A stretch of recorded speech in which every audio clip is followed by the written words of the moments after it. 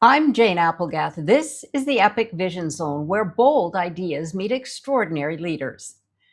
What if becoming a great leader can be achieved with little disruption or loss of sanity while inspiring maximum performance? And what if the promotion you've worked so hard for is an invitation to become a completely different version of yourself?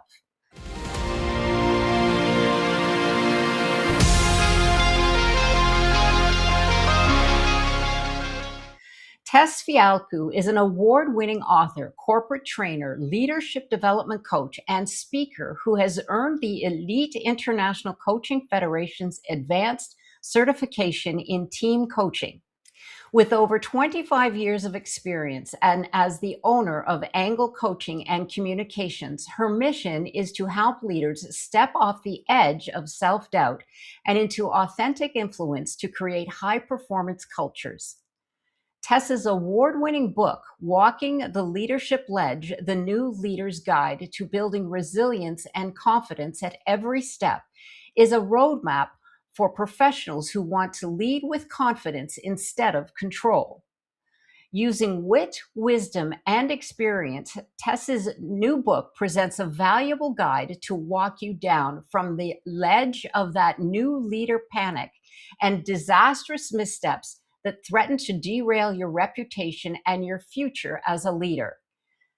If you're ready to start inspiring people and build teams that thrive under pressure, Tess is here to offer her insight into transforming you into a superstar at leadership. Welcome, Tess. Thank you for joining us here today. Jane, thank you so much. I am so excited to be here and spend time with you. Well, likewise, and I can't wait to get started. We were talking just briefly before we got on here, and I was filling Tess in about my background, but now I'm really excited to learn about her background. So, give us an idea, Tess, of what inspired you to do the work that you do today. Yes. Well, as we were talking, similarly, it was a long and meandering journey, and I'm sort of the mind that we have different purposes at different stages of our lives. So my career started in marketing and public relations. I did that for a while, and I went into business for myself the first time. And in that work, what I would find time and again is that companies would spend all this money on and marketing and public relations and whatnot, and but yet they would never equip their teams to deliver, or they would rarely equip Mm. their teams to deliver on what it is they said that they did so well. And so there would be this big burst, and things would be going really well, and then then it would go south again for the organization. And so in that process, I began to recognize that in the process of equipping their teams, there's this huge lack in terms of training people to deliver on what the organization Mm. says that they will deliver on. And interestingly enough, as serendipity would have it, I wound up going to work for a management consulting company, and I worked with them for 13 years. And they in my work with them, that's where I truly fell in love with all things leadership development and management and equipping teams to deliver on what the organization needs, what the small business needs. And when you can create an environment where people can wrap their head around the vision and what's possible, and Mm. they're equipped to deliver on what the organization needs, and they're invested in that. I mean, that's really where magic can happen. And yet, because so many leaders find themselves in leadership and they don't really know what they're doing, and they're finding their way in the dark and knocking their shins on the furniture along the way, and it's so much more painful than it really needs to be. So that falling in love with leadership and management, and at the same time I was doing a lot more work in the training space. And then I went to work for one of my clients, and I set up their training and development and coaching, leadership development coaching infrastructure in the organization. And I worked for them for about 10 years.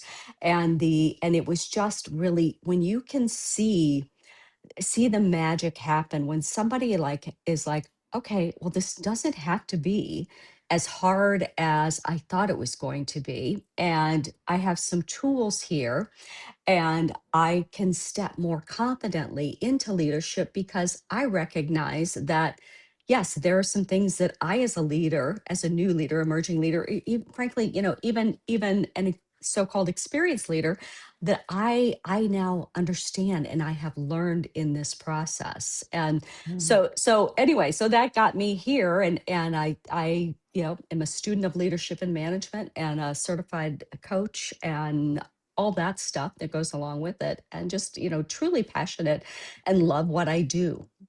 Mhm. Yeah. We were saying earlier, that's the big key is when you're passionate about Yes. what you do, there's a sense of well, there's an energy that you exude. It's the same in leadership. There's a cohesiveness and people sense that, but they also sense when you're not certain of yourself. But I absolutely understand that when you are, they tune into your, I call it the frequency of what you're trying to tell them, so that it makes a lot more sense. But that being said, there's a paradox, there's a promotion paradox here. And you may have touched a little bit on this question, because exceptional performers are often the ones that are promoted to be leaders. But what made them successful in that arena doesn't necessarily make them successful or effective as leaders.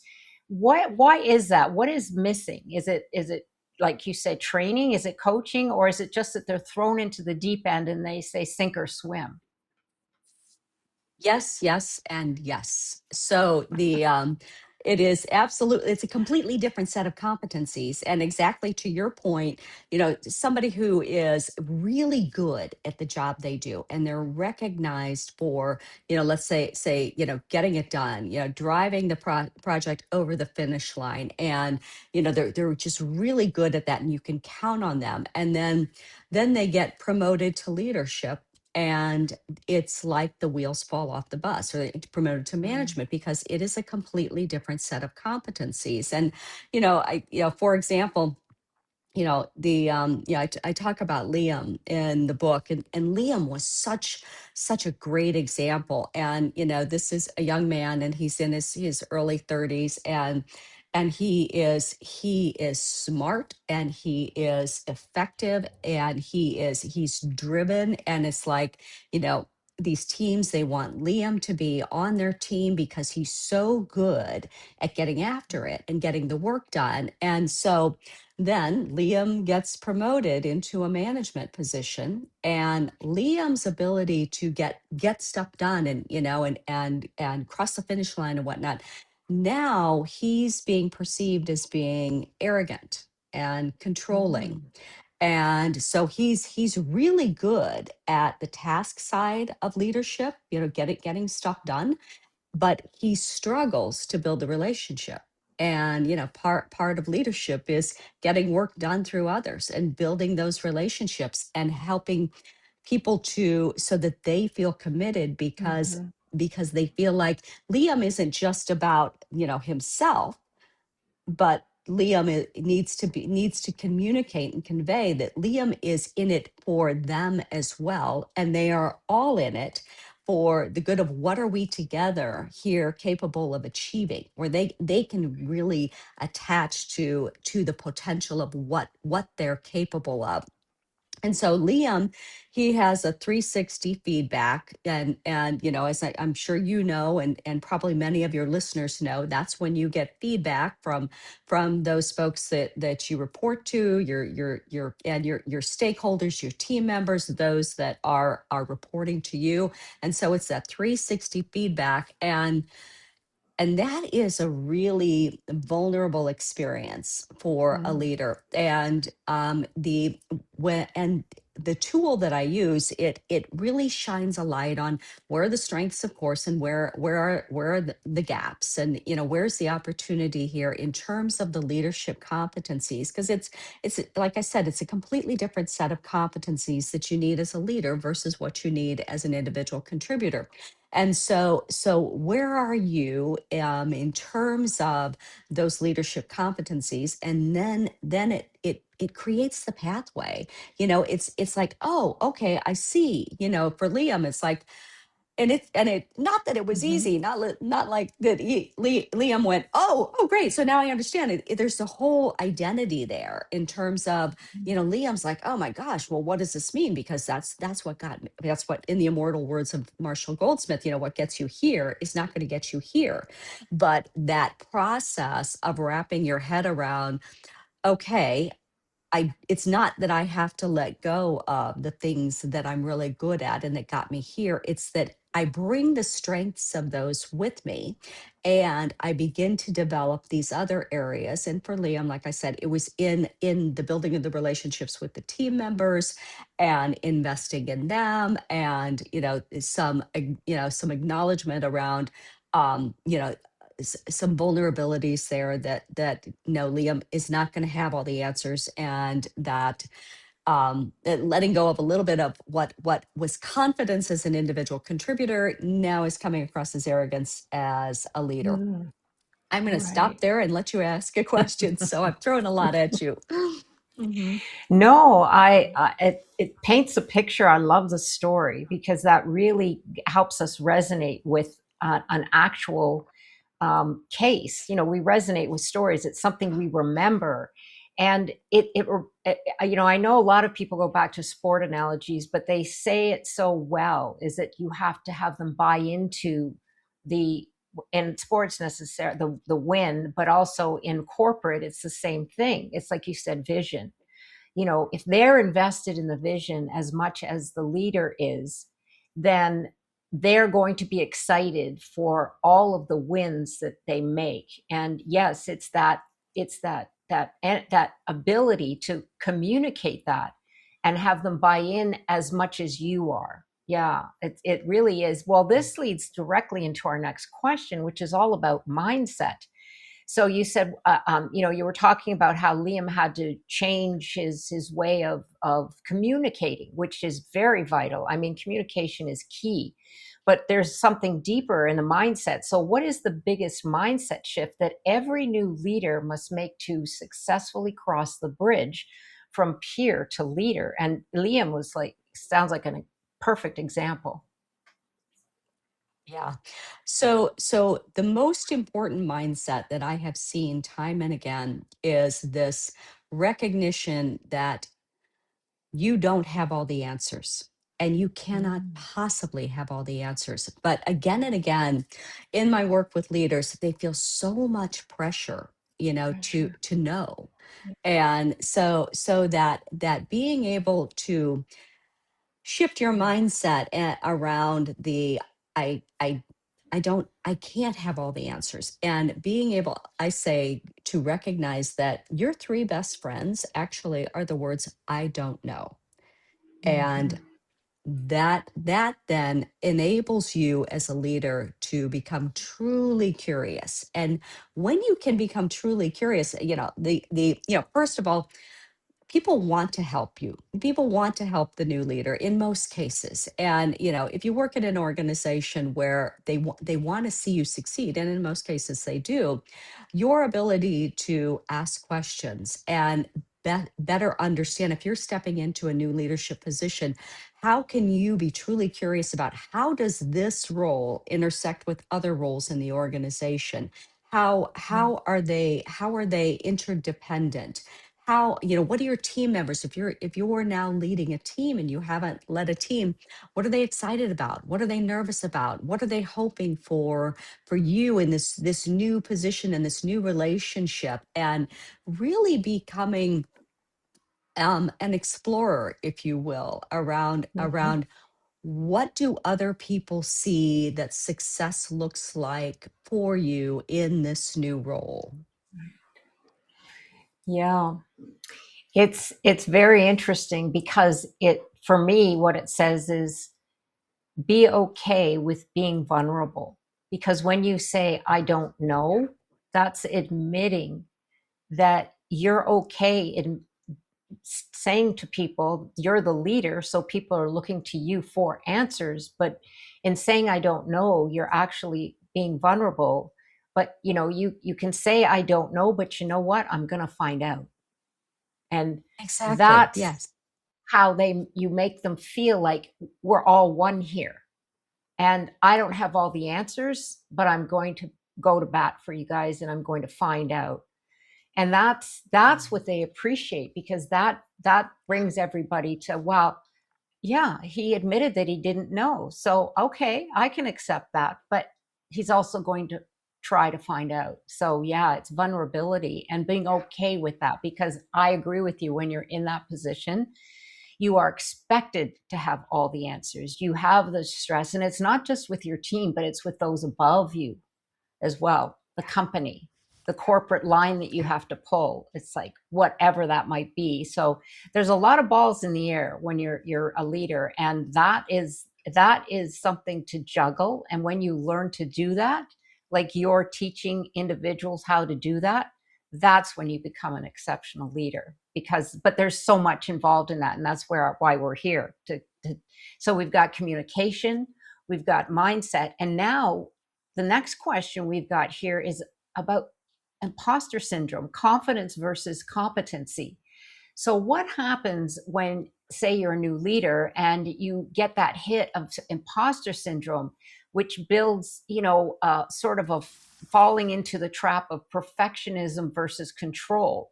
What advice do you have for individuals in that position? So I'm going to start with the competence and confidence part of this. And so competence and confidence don't come without courage.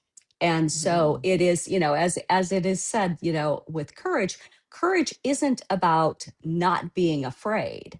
Courage is about being afraid and doing it anyway, right? And so, and when you, because as a new leader, yeah, and frankly, as an experienced leader, as a human being, we are called to step into uncomfortable situations and challenges all the time. And it Mm-hmm. is, in that manager role, in that leadership role, when you've got to make a decision and with, this much information, a few slivers of information, and it's uncomfortable, and you very well might make the wrong decision. But yet you have to step into the courage so that you eventually, in doing the reps, in stepping into those uncomfortable situations and doing the reps, you develop the confidence and the competence. They're not separate.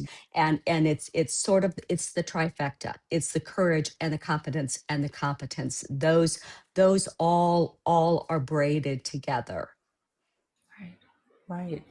So yes, it's a practice, which is what I always say. Life is a practice, and no matter what role you Yes. play, you always practice. It's even like coming back to awareness. Were you aware that you said that? Were you aware that this happened? And that's a practice, because when you're dealing with a team, especially, there's so many dynamics that you're dealing with, which actually leads me right into my next question, because I am very curious and I am very much a proponent of energy. That believing that we all are affected by energy. So is there an energy presence that great leaders carry? And if so, what would that feel like to be effective, to gain trust and confidence in their team? Jane, that is such a good question. And I think it does vary, by the leader, right? But in my personal opinion, I believe that a leader who exudes both calm and a sense of quiet urgency, it's like, this is Mm, important. This is what we're doing. And there's the 72 degrees, and we're not becoming complacent. There's that sense of urgency there, but not fear. That's where, it's that we want the urgency, but we don't want to create a climate or a culture of fear, because mm, then people retreat and they will shut down, and you're not going to get the best of them. But when you're bringing calm and compassionate candor and a sense mm, of quiet urgency, that to me is a really really magical, formula, if you will. Yeah, absolutely. The calm is something that it could be so vital in today's world, especially. And I know we've got a question here on resilience, but everybody's walking in with their own stories and their own stresses. It's interesting because it reminds me of a story that my yoga instructor once told me. They said that you're doing a practice and somebody may be doing a pose incorrectly, or they're trying, but they said never reprimand them. They said because this could be the best that they've done today. So you don't know what is going on with somebody. But in that sense, when you have the ability to sense other people's energy as well, it brings in that they'll look to you as a leader, like you said, for that calming energy. I would say grounding, something that really, like, I'm going to him because, or her, because I feel like I know that they're so grounded that they'll steer me in the right direction. And yeah, it's really something interesting. Yeah. But Mhm. thank you for that. Yes. Absolutely. So what is one habit then that new leaders should build in their first 90 days? Well, and I probably have already touched on this, but I so strongly believe, and it is curiosity, and Mm, yeah. it's talking to people, it's getting to know how others see, the how they can best work together. What do they want from this new leader? What would they, what would make this relationship most successful? How can this new leader best serve, the mission and vision of the Mm, organization? And just really understanding that, for the stakeholders, that you're working with, and in your work with them, what do they see success looks like in creating the best relationship that you can create with these individuals? Because that's the thing, you may be a leader, you may be a manager, but you are not working in isolation. You are touching right. so many others in your role as the new leader or manager, and understanding how they see you can work most effectively to help them further their goals. Because if you're helping them further their goals, there's going to be an intersection there, and they will be helping you more effectively further your own goals. Yes. I love that. Curiosity. Yes, it's the core of creativity. It really is important. And again, it leads to communication because like you said, you get to know them. You want to understand who you're dealing with. We're all so different. And I have to give it to great leaders because they're not just pulling the company line or, obviously dealing with that side of it, but they're also learning their team, understanding the individuals they work with. Uh, you know, a great leader is one who leads other people to greatness. I mean, it's that's they pave the way. So it's really uh, an incredible thing to master, and so important in today's world. I mean, I always call about self leadership too, which is a whole nother topic, but it's the same. Well, I'm curious now because when you're dealing with corporate, there's a lot of different energies, but also a lot of emotions. So, how can new leaders balance empathy with accountability? That's a really interesting question. Well, I love that question, in part because it implies that the two are mutually exclusive. Okay. Mm, And I am of the mind that actually, if you are creating a culture of accountability, you are actually communicating empathy, because folks want to know, what does success look like? How do I mm, succeed in my role? What do you, leader, need from me so that I can be accountable? Because most people, they come to work to do a good job.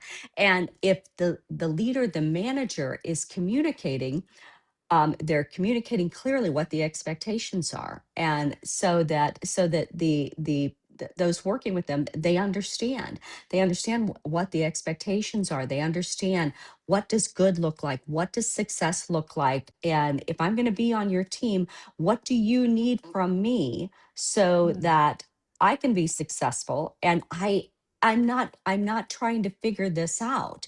And so it is, yeah, in the immortal words of Brene Brown, clear is kind.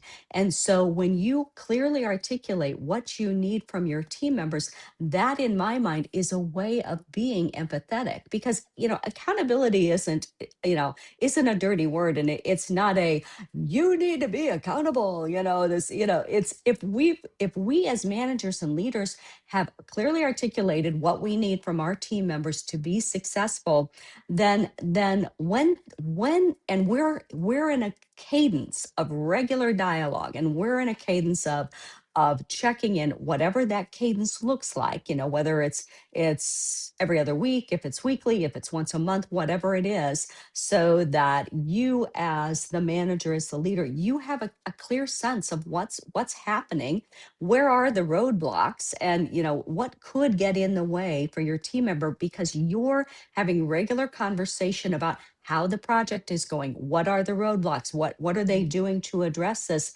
It's not a matter of empathy or accountability. It's a matter of, we've created an environment, a culture of dialogue, so then I understand when you are running into a roadblock, and we are co-creating a solution. And it's not a matter of, oh wow, this thing happened, and gosh, now, do I just look the other way? No, we've had a conversation, so that I understand as the manager, what you need, or what you're running into, what your challenges are, and you understand as the team member what success looks like, and what I need as your leader.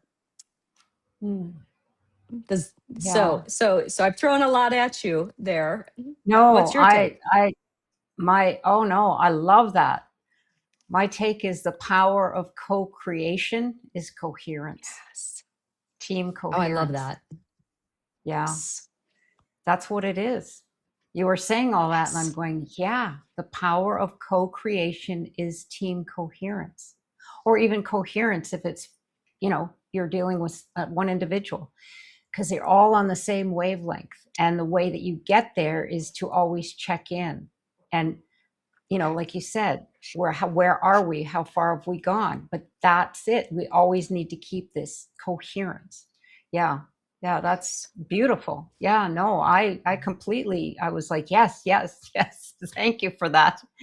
Well, thank you for that. And that being said, new leaders are often put with so much, as we've been talking about here. So how do they get around this without getting stressed? And this might go back to mindset, but there is so many balls that they are holding. And even just hearing all the things that someone must do as a leader, how do they manage that without getting stressed? And of course then the stress leads to your mood, and then bring in bad energy, so it's a domino effect.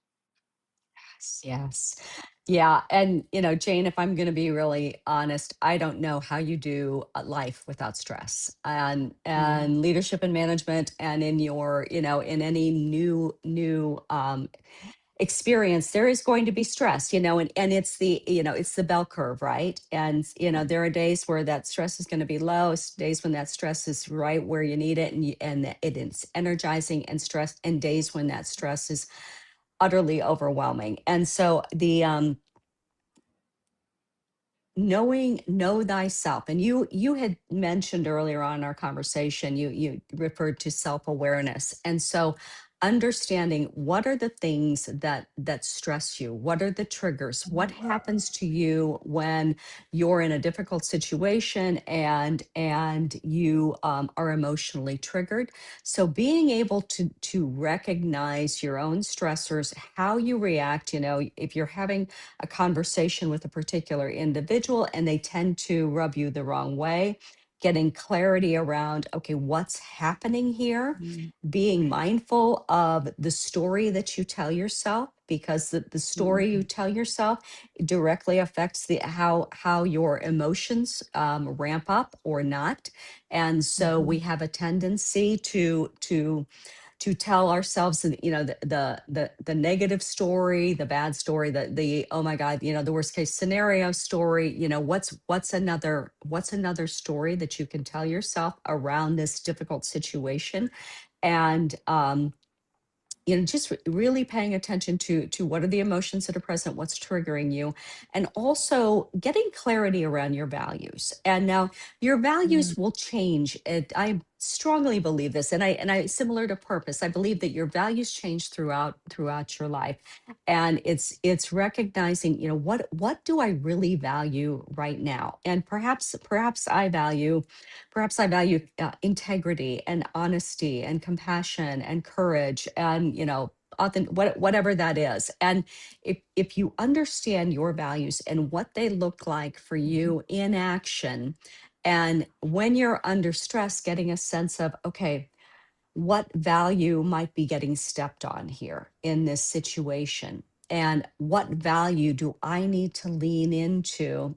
Perhaps my value of integrity is getting stepped on, mhm, and I'm not comfortable with this situation that I have been faced with, because it feels like I am compromising my integrity, and I am shoving my value of courage off to the side, because mm, I am afraid to step up to this situation from a position of courage, because I'm telling myself all of these imaginary scenarios about, well, if I speak up, then something bad is going to happen. But yet I'm out of alignment with what's really most important to me. mm, And so understanding your values, and at different times in your life, you will need to, and in different circumstances, what's the value that I need to lean into in this particular moment, in this particular situation. So being clear on what are the emotions that are present, what triggers you, getting clarity around your values, and also around who is the leader that I need to be in this situation right now? What are the qualities, the values, and the characteristics that you bring as a person? What does your position need from you? And having some clarity around that. And it's never going to be well, this is who I am as a leader. It's the agility and the nimbleness to I like to refer to leaders as it's like you're a gemstone. Okay. And there are facets of that gemstone that you've been polishing for many, many years, and they shine really bright, and those are the things that come really easy to you, and they're the behaviors that are very natural to you. And yet, going back to the competencies of leadership, it's like, okay, but there are other facets of the gemstone that is you, that you just haven't necessarily polished, and that you haven't had to. And so now you're learning how to bring those more forward. But there's not just three ingredients to you. There's mhm, so much more to you. Whether it's a gemstone, or the other metaphor I like to use is the mosaic. And yes, maybe the light is shining through these particular colors in the mosaic, but are there all these other colors that you can, as you grow and develop as a leader, you are expanding that light so that more of you mm, can come forward in the situations that you are facing. mm. Yes, so much there, but you're absolutely right. The key is self awareness. And you also said, what story are you telling yourself? Those are the top, for me, takeaways, because and you expanded on all of those, because those are so vital to not only leadership, but to your life. Because the alignment, there's the third. So yeah, absolutely. I the self-awareness, the alignment with your values, because we often compromise, getting into a new situation. We're trying to figure it out, and we compromise our values, we compromise the stories that we hold, in our that we trust, and in doing that, we end up going down a road that's placing ourselves out of alignment with who we really are. And then there's a whole nature of things that happen. But absolutely, I love that. the self-awareness, the the ability to recognize that your values, and then getting in alignment with all of those. Yeah, that's so beautiful. Yeah, and very powerful, and to practice, because that's a lot, you know, but it does start with awareness. So thank you for that. Well, when you're in the new leadership position, then sometimes what happens is that the leader will lose their confidence, and they start to doubt themselves. Why do you think that happens? And what does real confidence look like in a leader? Yes. Well, that that's such a it's a good quote. What does real confidence look like in a leader? And that, I think that also it depends on the leader as well. And in terms of their confidence being um shaken, well, I would say that again is it's part of life. And for all of us, we have moments where it's like, okay, I've made a bad decision. I've made a bad call. And we have to come to terms with the fact that we have to look in the mirror and say, okay, why did I make that decision? Why did I make that bad call? And it's the resilience piece in the I made the best decision that I could in that particular circumstance, or maybe my ego took over. And so I made a decision that if I'm going to be really candid and I'm going to look in the mirror and I'm going to say, why did I make that decision? Well, because I was going for the win on my Mm, own. And so that understanding, why did I make the move that I did? And did I make that move because I was really firmly rooted in the best decision that I could make, or I made that decision. I took that action because I was ego driven. And so now I'm having to eat some humble pie. And mm, but for all of us, at various times, from day to day. Your confidence can be shaken because of the world in which we live.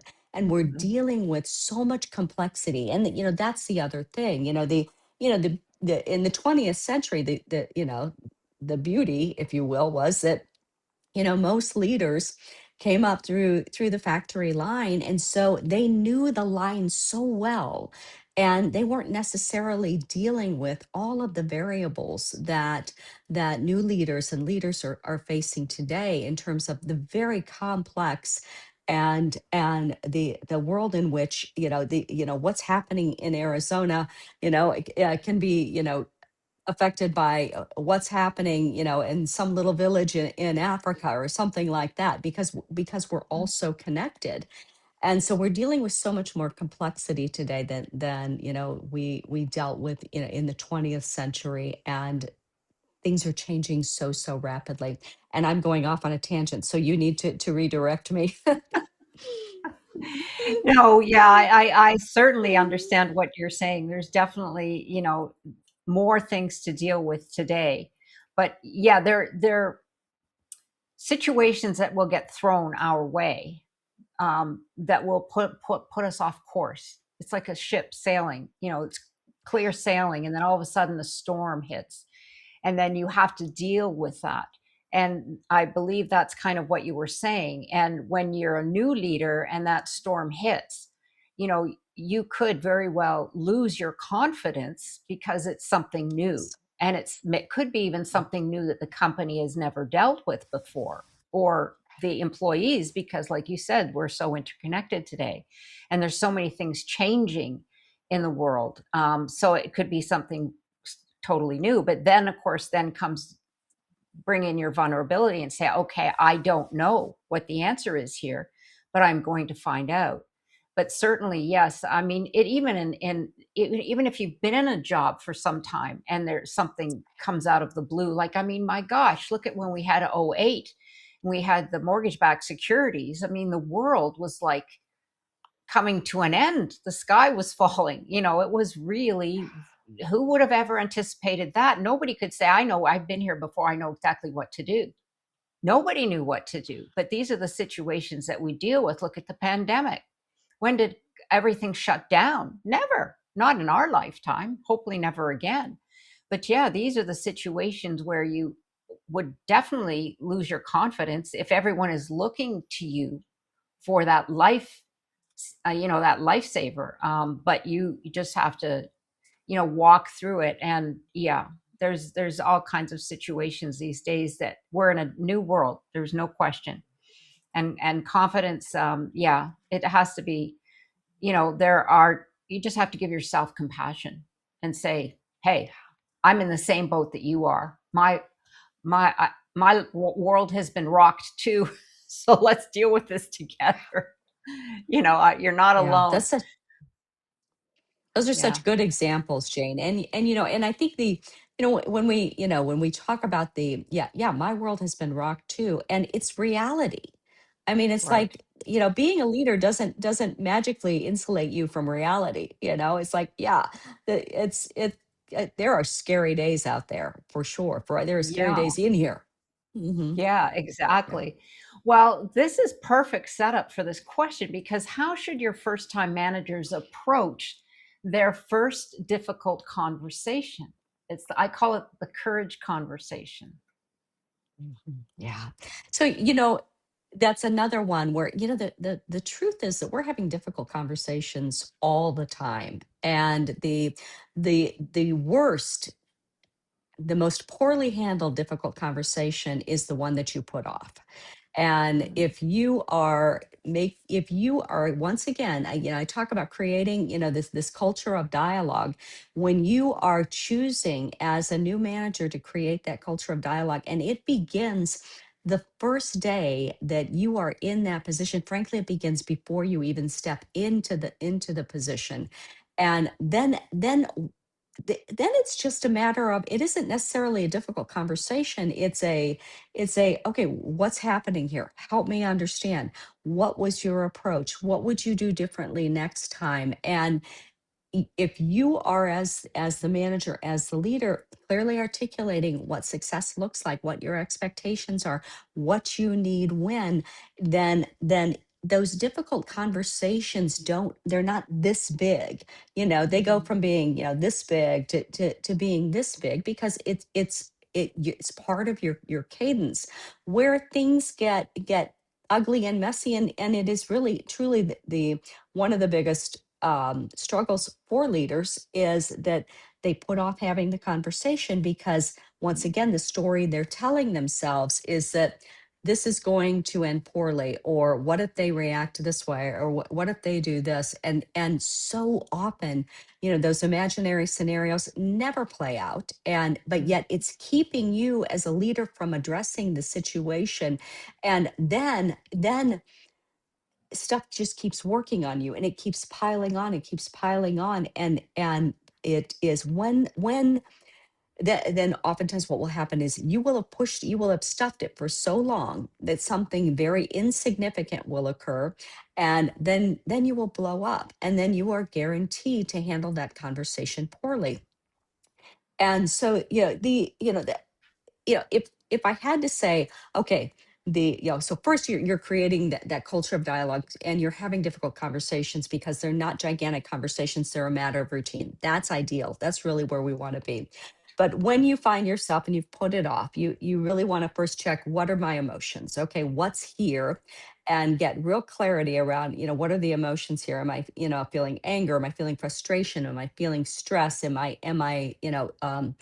feeling like this person doesn't care about what we're trying to do here? What are the emotions? And so, being able to recognize those, once again, and how are the emotions driving you, because you want to neutralize those emotions, and that really does come from the story that you're telling yourself.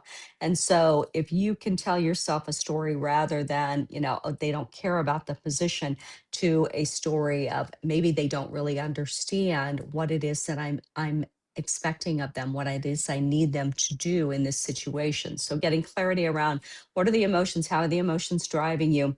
And then what's your motive? Okay, so if your motive is, I really want to help this person to succeed, I want to set them up for success, I care about them as a member of my team, great. Okay, so then you are going in with a motive that is in service to how you are helping this other individual become a more effective team member.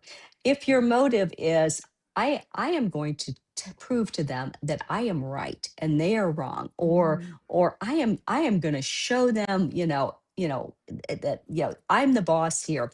What's your motive? Because your motive, if you're pretending that I'm here in service to you and helping you to become a more effective team member, but inside you're like, yeah, I am going to show you who's the boss here. Okay. That comes through. All right. I mean, people's spidey sense, they can, smell a phony from 200 yards. So getting clarity, around your emotions and what's driving you, your motivation, and then, giving real thought to who is the leader that I need to be in this particular situation. Who is the, who is, would you want to work for you, if you will? And so if you're thinking again about what are the qualities, values, and characteristics that you bring to the organization. All right, I am courageous, I'm compassionate, I have high integrity.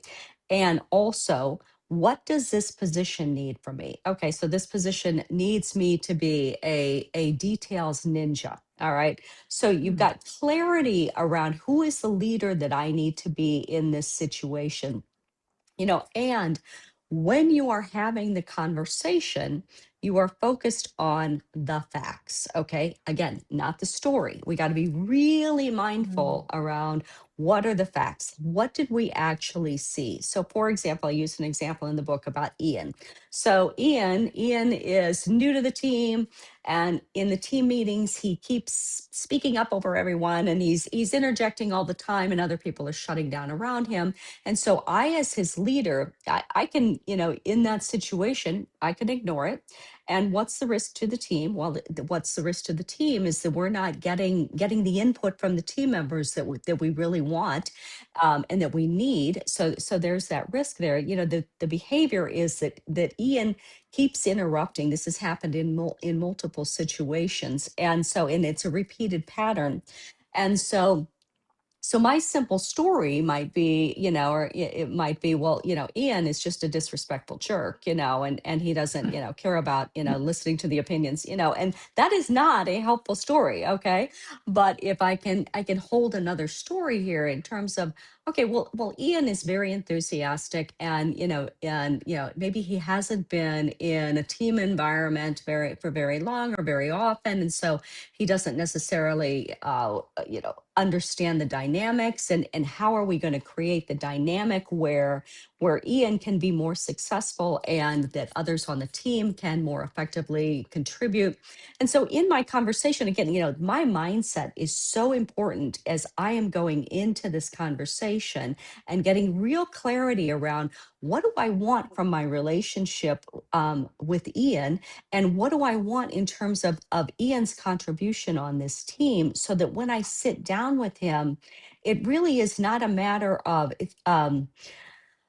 it's a matter of what's the situation. It's separating where it's not, him being ineffective or me having to prove something. It's about what do we really want here together. We want a team that can engage in co-creation, can engage in healthy dialogue and healthy discussion and healthy debate. And to create that environment together, we have to be intentional about creating that. And so when I have that conversation with Ian, I acknowledge what I have observed, and now Ian may get defensive, and that's because mm, we're human beings, and we see that, our mind is looking for the threat response, or for danger 5 times a second. Okay, I mean, that's insane. We're so programmed to look for danger. So Ian may in fact become very defensive, but if I can be clear on who is the leader that I need to be in this situation, I have clarity around my motive here is to help Ian become the most effective member of the team.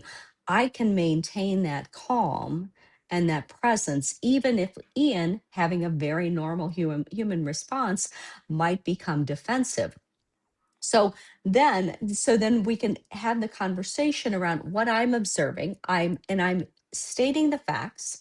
In the last 3 meetings, Ian, I've noticed that you have spoken over team members multiple times. in the last meeting, I observed that not only were the team members not speaking up as often, but I too found myself hesitant to to question you or to push back on you. And can we both agree that we're going to be far more effective as a team if we can create an environment where we're debating the issues and we're having the discussions?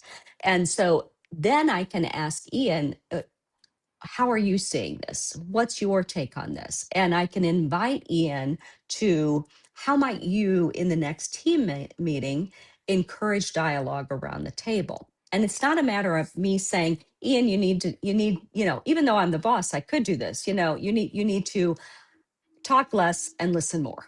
All right. And so, because in that situation, then I'm more likely to create a rift in my relationship with Ian. So, what do I really want? What I want is Ian is a valuable member of the team, and I want Ian to contribute. And I want to encourage Ian's self awareness so that as he is growing as a person and an eventual manager, as an eventual leader, he can then begin to recognize his own blind spots. He may be very much just very exuberant and wanting to contribute and all of those things, very well intentioned. And it's that, okay, recognizing that those things that may have served Ian really well, perhaps in another role where he could be that, we could see that side of Ian. We have to help Ian polish the other facets of the gemstone, shine different light through other aspects of the mosaic. But stating the facts are like stating the weather. Okay, it is Right. cloudy, it's 75 degrees, the winds are from the north at 10 miles an hour. That is how we state the facts. Long answer to Mm. your question there. No, it takes away the the emotion. So yes, it makes total sense. It's really people management. And all I was thinking is Ian's exhausting. I'm not even in the situation. I'm like exhausted for Ian. Yes. I don't think I'd be a good Yes. manager. I think I'd be a good leader, but I don't think I'd be a good manager. Tess, you're exhausting, Ian. You're exhausting all of us. And you go, why? I would say he's probably the youngest of a big family because he's vying for attention. That's what I would say. Are you the youngest of big family? Probably go, yeah. I go, well, no wonder you're screaming for attention.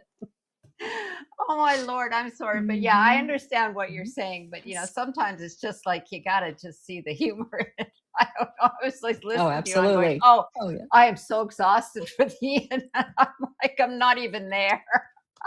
Isn't that funny?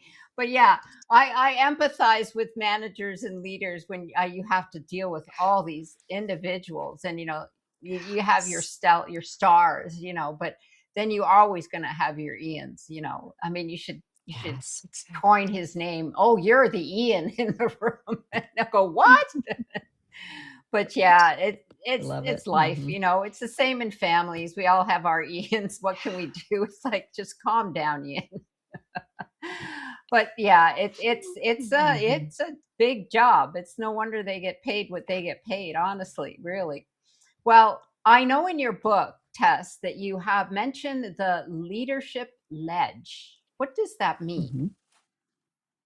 So the ledge is the liminal space, the space in between the person, the leader, the manager, the individual contributor that you were before, and now who are you going to become? And when you step off of that ledge, you don't know if the drop is going to be 12 inches or 12,000 feet.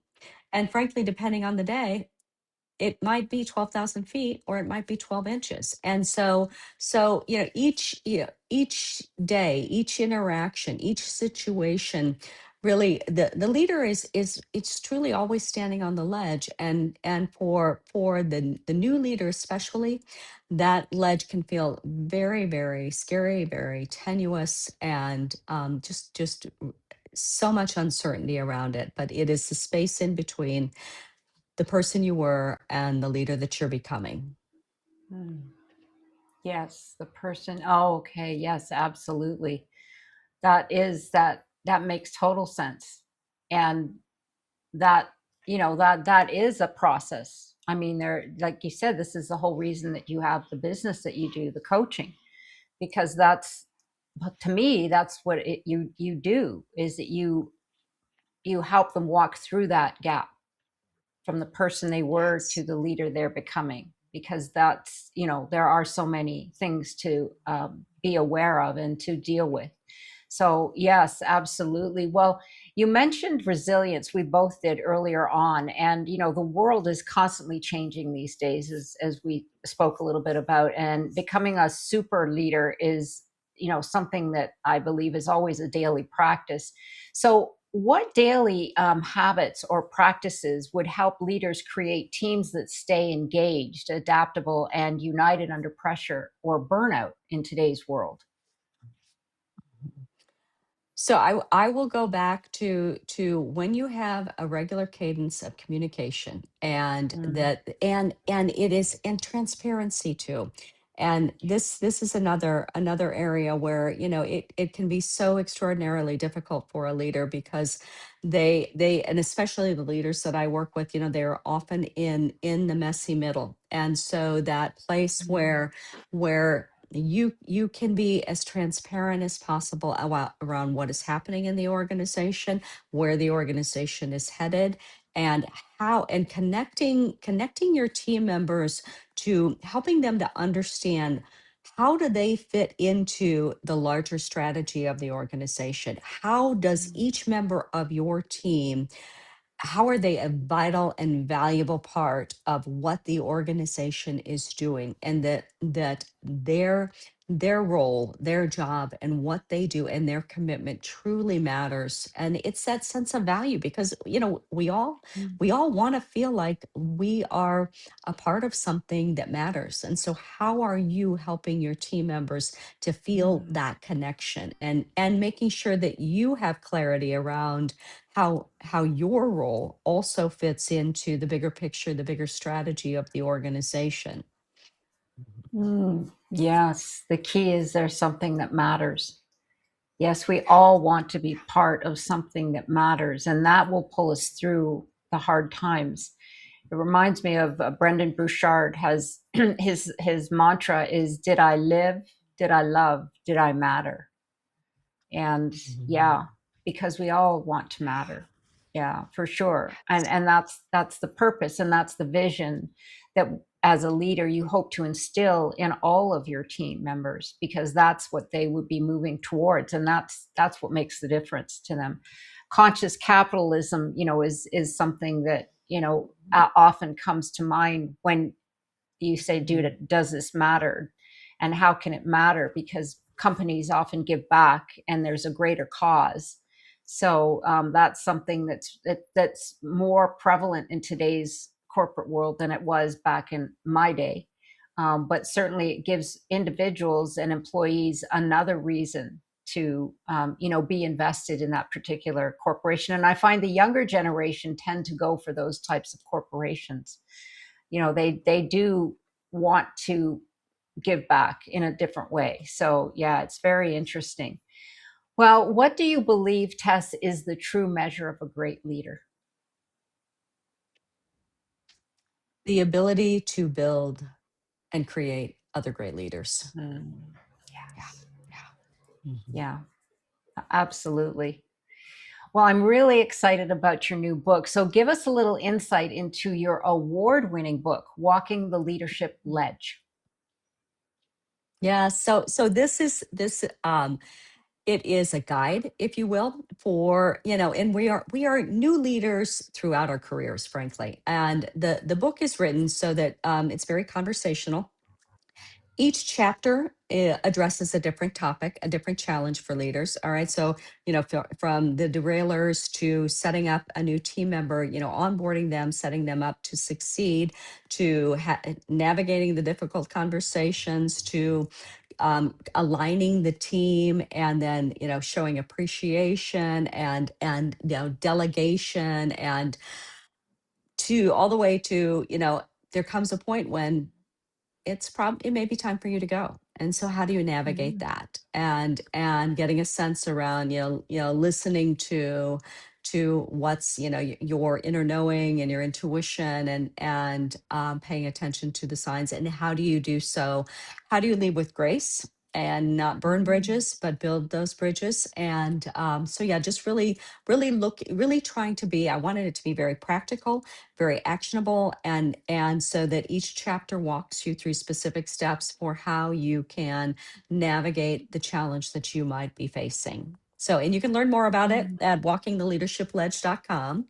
I also have a quickie 2-minute little assessment where you can get a sense of, okay, where are you on your own leadership journey? And and it really was a passion project, and seeing time and again in working with leaders, the same challenges emerging again and again Mm. and again, and trying to give them a something of a guide. There's many resources out there, and this, I would hope, for any leader, new leader, would be one of many resources that they would tap into as they continue to grow and develop as leaders and managers in their own right. Mm. Yes, it's like an essential guidebook for the path of leadership. Absolutely. It'd be great for every corporation to have these to give out to their managers and their new leaders, et cetera, et cetera. Because let's face it, it's like you and I have just been discussing, and we've probably only just scratched the surface. Leadership is a very vital part of our lives and certainly of our economy these days and every day. But it's a topic that's really at the top of a lot of blogs these days, of a lot of, I see it written in Forbes and all the publications. Yeah, it's a topic that a lot of people are leaning into, and I think it's because there's a shift in leadership. It's not the days of before when you had the hierarchy. That doesn't work anymore. It's not working because the young generation just doesn't want to put up with that. They're like, no, I'm out of here. I'm not putting up with you. I don't care. And they do. They have Mhm. several jobs, but that's the issue, is that okay, so we need to understand how they're thinking and how we can provide a pathway for everybody to win here, not just it to Mhm. be like the hierarchy of days before.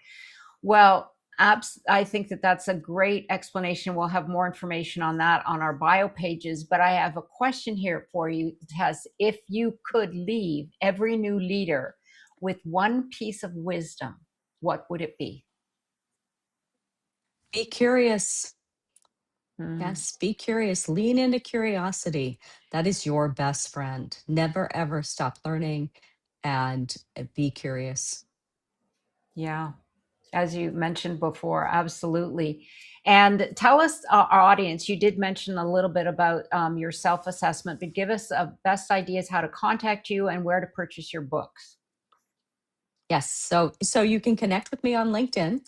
It is my one social network there where I am active, and I would love to connect with you.